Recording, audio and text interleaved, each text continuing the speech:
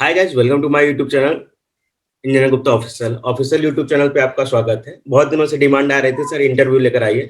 तो आज हमारे साथ संदीप चौरसिया जी मौजूद हैं जो इस समय रेलवे डिपार्टमेंट में हैं। इनका जो डिपार्टमेंट है पीवे है।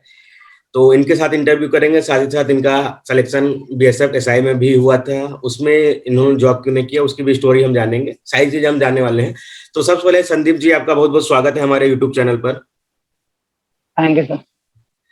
तो वीडियो स्टार्ट करने से पहले कुछ हम आपका इंट्रोडक्शन जानना चाहेंगे कि आपकी जो स्टडी रही है, कहाँ से आपने स्टडी किया है। जी, हम क्या सर, मैं एक मिडिल क्लास फैमिली से हूँ। तो पिताजी एक किसान है, तो मैं हाई स्कूल जो है देवा इंटर कॉलेज अयोध्या से ही किया है।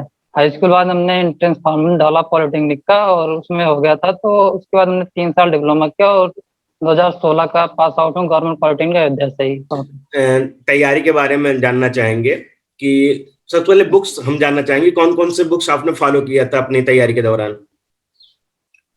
तो तैयारी के दौरान तो सबसे पहले हमने ये कोचिंग का नोट्स ही काफी हद तक ठीक था। उसके बाद हमने ऑब्जेक्टिव के लिए आर एस कुर्मी पढ़ा और आर गौर, और ये जो यूथ की आई थी, एक आई थी जो बैलूम फर्स्ट सेकंड। और उसके बाद आरआरबी में जब प्रिपरेशन कर रहे थे तो ये आरआरबी के लिए एक स्पेशली बुक आई थी यूथ की, वो पढ़ा। और गुप्ता एंड गुप्ता इंग्लिश वाली की बात है तो वो वहां तक पढ़ा था जहां तक हम लोग को अपना लेवल लगता था, क्योंकि उसमें लेवल ज्यादा है तो वहां तक पढ़ा था हमने।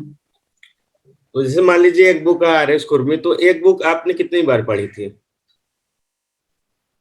सर, जब भी जैसे एक बार हमने बुक रिवाइज कर पढ़ ली, उसके बाद जब भी टाइम मिलता था तो एक सब्जेक्ट कोई उठाते थे तो रिवाइज कर लेते थे अपना 1-2 दिन में। फिर वो सब्जेक्ट अगले बुक से ऐसे रिवाइज करते थे।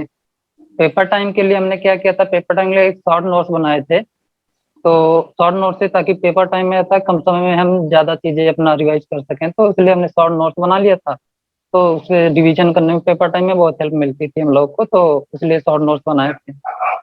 संदीप जी, अभी आपने बताया कि कोचिंग के नोट्स, तो हम थोड़ा जानना चाहेंगे किस कोचिंग के नोट्स है और किस लैंग्वेज में नोट्स आपने बनाई थी।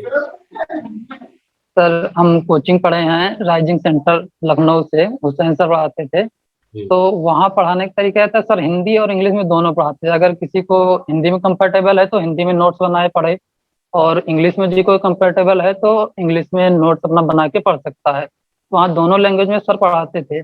और ये कोचिंग अभी तो बहरहाल इलाहाबाद में शिफ्ट हो गई है, सरसन डिग्री कॉलेज सामने, वहाँ इस समय सर पढ़ाते हैं। तो इस समय तो लॉकडाउन चल रहा है, तो ऑनलाइन क्लासेस चल रही है। हाँ, जी ऑनलाइन क्लासेस चल रही हैं। तो बहरहाल ऑनलाइन और ऑफलाइन में कोई ज्यादा अंतर नहीं आपको देखने को मिलेगा, क्योंकि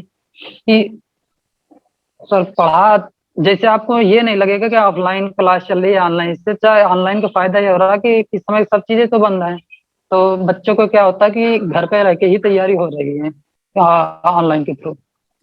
जो अभी आपने शॉर्ट नोट्स की बात बताई है, तो नोट्स तो कोचिंग हाँ से बन सर। गई, हुसैन सर ने जो हाँ पढ़ाया सर। उससे आपने नोट्स बना लिया। हिंदी और हाँ इंग्लिश सर। जैसी आपकी चॉइस थी। जो शॉर्ट नोट्स बनाए वो क्या कोचिंग में बनवाई गई या आपने खुद बनाया। नहीं सर, वो उसके लिए हमने खुद बनाया है कोचिंग से। कोचिंग के नोट्स का जो है कि शॉर्ट नोट्स, उसी में से जो हमको अपना टॉपिक लगता था ये टॉपिक थोड़ा सा वीक है और इस टॉपिक को लिख लेने से शॉर्ट शॉर्ट में हमारा पूरा टॉपिक कवर हो जा रहा है, तो उससे पूरा हमने शॉर्ट नोट्स बनाए थे। इसके अलावा अभी आपका सिलेक्शन रेलवे के अलावा बीएसएफ एसआई जेई में भी हुआ था, तो उसकी स्टोरी हम जानना जी चाहेंगे सर। कि वहां जॉब आप क्यों नहीं कर रहे हैं। सर, बीएसएफ जेई में वहाँ के हमने जब फॉर्म डाला तो पेपर हुआ। पेपर 2 पेपर होते हैं उसके, एक प्री में होता है ऑब्जेक्टिव पेपर और मेंस में होता है डिस्क्रिप्टिव लिखने वाले। तो पेपर दोनों हुए थे, एक ही दिन में दोनों पेपर होते हैं। तो पेपर उसमें हो गया था तो प्री मेंस क्वालिफाई हो गया था। उसके बाद फिजिकल एग्जाम था, तो फिजिकल में हमारा हमको हाइट की वजह से 1 सेंटीमीटर कम थी, तो इसलिए वहाँ पे हमको सिलेक्शन नहीं हो पाया। अच्छा, हाइट की तो वजह से इसीलिए आप वहाँ पे हम जॉब नहीं की। उसके बाद लगातार उसके बाद हाँ, हाइट की वजह से 1 सेंटीमीटर कम थी। अब हम आते हैं टेस्ट सीरीज की तरफ। तो टेस्ट सीरीज आपने ज्वाइन जी किया था या कहाँ से आपने प्रैक्टिस की टेस्ट सीरीज की। सर, टेस्ट सीरीज एक्चुअली हम वैसे कोई ज्वाइन नहीं किए थे, क्योंकि कोचिंग में वीकली टेस्ट होते रहते थे।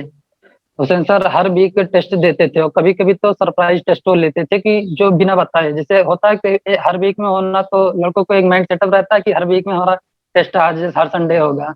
लेकिन कभी कभी सर का होता था कि जब उनका मन करता था वो सरप्राइज टेस्ट लेते थे बिना बताए। आप कोचिंग पहुंचे, वो सबको पेपर दे दिया, ये होता था सरप्राइज टेस्ट। तो ये बीच बीच में वो कभी भी लेते थे, बाकी वीकली टेस्ट वो लेते रहते थे। तो उससे काफी हद तक हम लोग को रिवीजन हो जाता था बहुत, हर सब्जेक्ट के।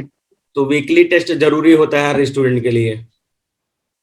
सर इससे क्या होता है, वीकली टेस्ट होने से हम लोग का रिवीजन जो है बना रहता है, चीजें याद रहती हैं और हम रिवाइज करते पढ़ते रहते हैं। तो ये होता है कि जितना हम रिवाइज करेंगे हमारी चीजें उतनी मतलब माइंड में सेटअप रहती हैं, नहीं तो धीरे धीरे भूल जाते हैं अगर रिवीजन नहीं कर रहे हैं।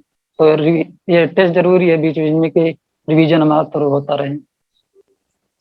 फेवरेट सब्जेक्ट आपके कौन से थे? सर फेवरेट सब्जेक्ट हमको सॉइल सर बहुत अच्छा लगा। सॉइल सॉइल था। हाइड्रोलिक सो फेवरेट थे हमारे। मतलब जो न्यूमेरिकल सब्जेक्ट हो गए, आरसीटी और सोम था, ये 3-4 सब्जेक्ट बहुत फेवरेट थे। सॉइल तो सबसे फेवरेट था। स्ट्रक्चरल सब्जेक्ट फेवरेट थे आपके? जी सर। तो एग्जाम से पहले, जैसे अभी कुछ एग्जाम्स होने वाले हैं, मान लीजिए 2-3 जी महीनों सर। में डीएफसीसीआईएल है, यूपीपीसीएल है, हाँ। एनडब्ल्यूडीए है, इसके अलावा पंजाब में कुछ पेपर्स चलने वाले हैं, जम्मू कश्मीर का है। तो सारे ऑडियंस देख रहे हो, तो एग्जाम से 15 दिन पहले की जो स्ट्रेटजी होती है, क्योंकि आपका 2-2 जगह सिलेक्शन हो गया था, तो वो हम जानना चाहेंगे उस पे किस प्रकार का फोकस रहता है लास्ट के 15 दिन पे?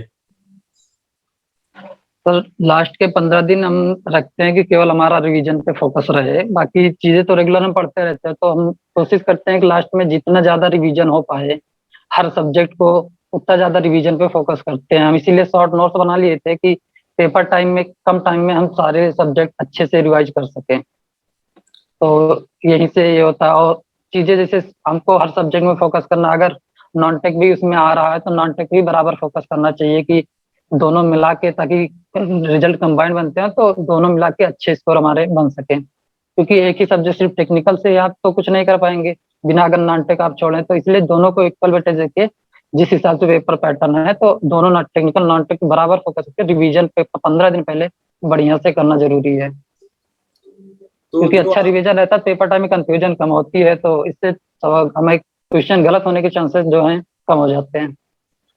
जो 15 दिन में आप रिवीजन की बात कर रहे हैं, उसमें थ्योरी रिवीजन किया जाए या ऑब्जेक्टिव रिवीजन करते थे? सर थ्योरी के लिए, थ्योरी तो पढ़ते हम हमेशा ही हैं, तो थ्योरी हम सिर्फ ऑब्जेक्टिव के, थ्योरी का जो हम शॉर्ट नोट्स बना लिए थे ना, तो शॉर्ट नोट्स ही हम पूरा प्रॉपर रिवाइज कर ले रहे थे। लास्ट के 15 दिन में आप शॉर्ट नोट से हाँ। रिवीजन कर रहे थे, बाकी हाँ ऑब्जेक्टिव लगा रहे थे? पूरी थ्योरी तो सर 15 दिन में तो आप पूरी थ्योरी तो हम रिवाइज नहीं कर पाएंगे ना पेपर टाइम में हर सब्जेक्ट के। हम्म। तो पेपर टाइम में शॉर्ट नोट्स से इसलिए बनाए थे कि पेपर टाइम में शॉर्ट में सारे सब्जेक्ट के एज रिवीजन हो जाए पूरा। जो बच्चे अभी इस समय, क्योंकि लॉकडाउन सीजन है, आपको पता है, कुछ बच्चे ऑनलाइन सोच हाँ रहे सर। हैं लेने के लिए क्लासेस, या वो ये जी। इंतजार कर रहे हैं कि वो ऑफलाइन पढ़ सके, तो उन्हें क्या सजेशन देना चाहेंगे कि वो ऑनलाइन क्लास ज्वाइन कर लें या अभी वेट करें?